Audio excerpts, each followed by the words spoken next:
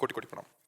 महाराज जी, मेरा प्रश्न है कि बड़े भाग मानुष तन पावा, जिस शरीर को पाने के लिए देवी देवता तरसते हैं वो शरीर हमें मिला है। हम कैसे इस मिले हुए मनुष्य जीवन को सफल बनाएं एवं मुझ ये जीवन किस उद्देश्य को प्राप्त करने के लिए मिला है महाराज जी?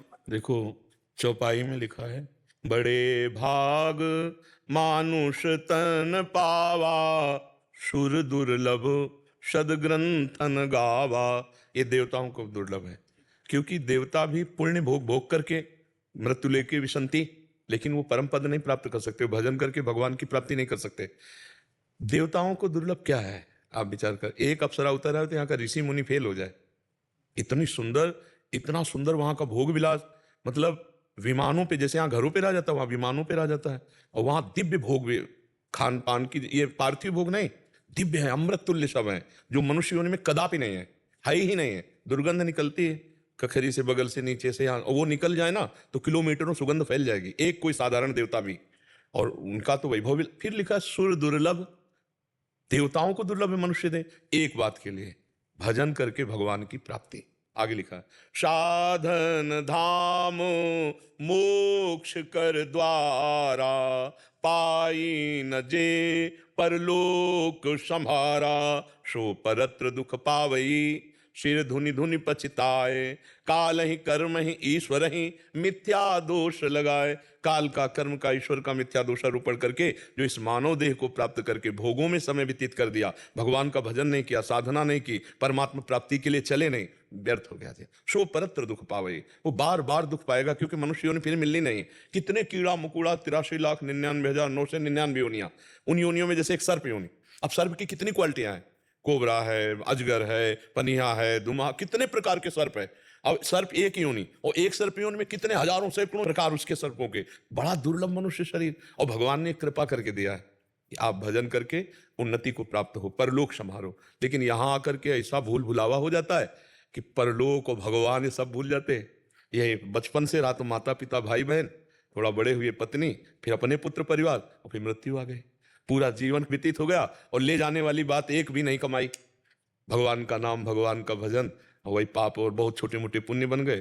फिर गया, अब कब भगवान दें अवसर, तभी ये सो परत्र दुख पावई, सिर धुनि धुनि पछताए, जो न तरे भवसागर अस समाज नर पाए। भगवान की तरफ से कोई कमी नहीं हुई। देखो, आपको सर्वांग सुंदर मनुष्य शरीर और सत्संग दिया।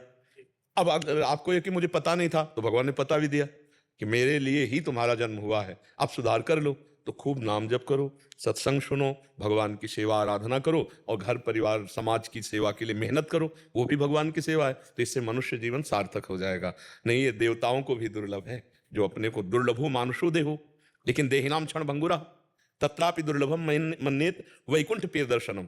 भागवत में लिखा कि मनुष्य देह दुर्लभ है, पर सावधान, एक क्षण में नष्ट हो जाने वाली है, कभी भी छूट जाएगा शरीर, सब यहाँ का किया कराया यहीं रह जाएगा। इसके बाद दुर्लभ वस्तु है महात्माओं का दर्शन, तत्रापि दुर्लभम मन्येत वैकुंठ प्रिय दर्शन, भगवान के प्यारे जनों का दर्शन, वो भी मिल रहा है।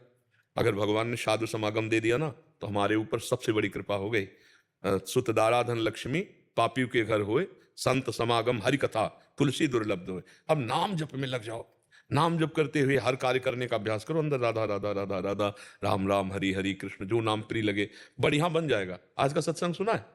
हाँ, धुआधार नाम, नाम बस सर्वोपरि लाभ, हमारे जीवन का सार नाम है। नाम जप लो, सब ठीक हो जाएगा। हाँ, देखो, गोस्वामी जी ने आखिरी में जब काकभूषुंड जी गरुण जी के पास से जा रहे हैं, तो गरुण जी से बहुत हृदय से प्यार करते हुए काकभूषुंड जी कह रहे हैं, जासु नाम भव भेषज हरनि घोर त्रयशूल, सोई कृपालु मोहितो ही पर सदा रहो अनुकूल। जिनका नाम संसार रोग की अचूक औषधि, रामबाण औषधि, जासु नाम भव भेषज और हरनि घोर त्रयशूल, दैहिक दैविक भौतिक तापों का नाश करने के लिए समर्थ है भगवान का नाम। वो भगवान हम पर, आप पर सदैव कृपालु रहे। जाते जाते काकभूषुंड जी गरुण जी से ऐसा कहते हैं। महाराज जी, लगातार नाम जप मतलब कैसे करें लगातार? अभ्यास बच्चा, जैसे हमारा लगातार छोड़ दो मन तो विषयों में जाता है ना, ऐसे हम अभ्यास करें तो अभ्यास से हो जाएगा। जैसे राधा राधा नाम जप कर रहा हूँ, लेकिन मतलब बिना गुरु के नाम लिए आप तो राधा नाम किससे मिला तुम्हें? आपने बोला बिना गुरु कैसे कह सकते? गुरु मंत्र तो अलग होता नहीं, जो जबान से निकले, मंत्र मूलम गुरु वाक्यम, गुरु के मुख से निकला हुआ हर वाक्य मंत्र है। आप कैसी बात कर रहे हैं?